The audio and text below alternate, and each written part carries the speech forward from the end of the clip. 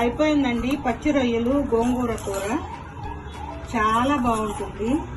ఇది పుల్కాలలోకి చపాతీలోకి సూపర్ ఉంటుందండి.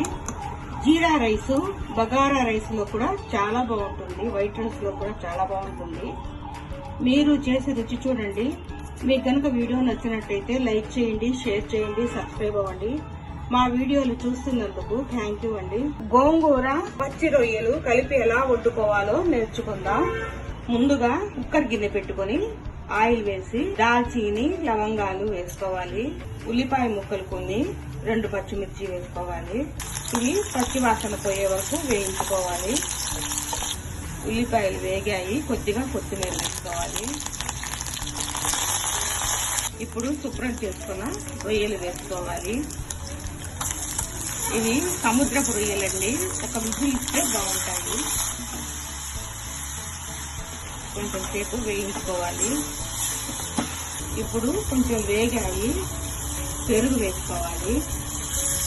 కమ్మగా ఉంటుందండి పెరుగు వేస్తే. ఇప్పుడు కుక్కర్ మూత పెట్టి ఒక విజిల్కి ఉడికించుకోవాలి. ఇవి ఒక విజిల్ ఇచ్చాక కొంచెం ఉడికాయండి. ఇప్పుడు అల్లం వెల్లుల్లి పేస్ట్ 1 స్పూను, కారపొడి 1 స్పూను, ధనియా పొడి 2 స్పూన్లు, గరం మసాలా పొడి 1/2 స్పూను, కసూరి మేతి కొద్దిగా వేసి కొంచెం సేపు ఉడకనివ్వాలి. పచ్చి కొబ్బరి పేస్ట్ కూడా వేసేసుకోవాలి. కొంచెం సేపు సిమ్లో పెట్టి ఉడకనివ్వాలి. ఇది ఉడికిపోయిందండి. ఆయిల్ కూడా పైకి వచ్చేసింది. దీన్ని ఇప్పుడు స్టవ్ ఆపేసి పక్కన పెట్టుకోవాలి.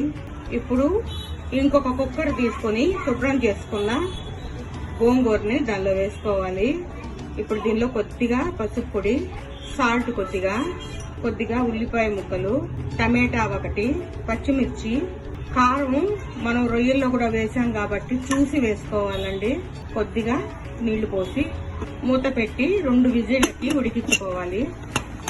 గోంగూర ఉడికిపోయిందండి. ఇప్పుడు దీన్ని మెత్తగా మెదిపేసుకోవాలి. ఈ విధంగా మెత్తగా ఎంపేసుకోవాలి. ఇప్పుడు ఈ మెదిపేసుకున్న గోంగూరని రొయ్యల కూరలో వేసి కలిపేసుకోవాలి.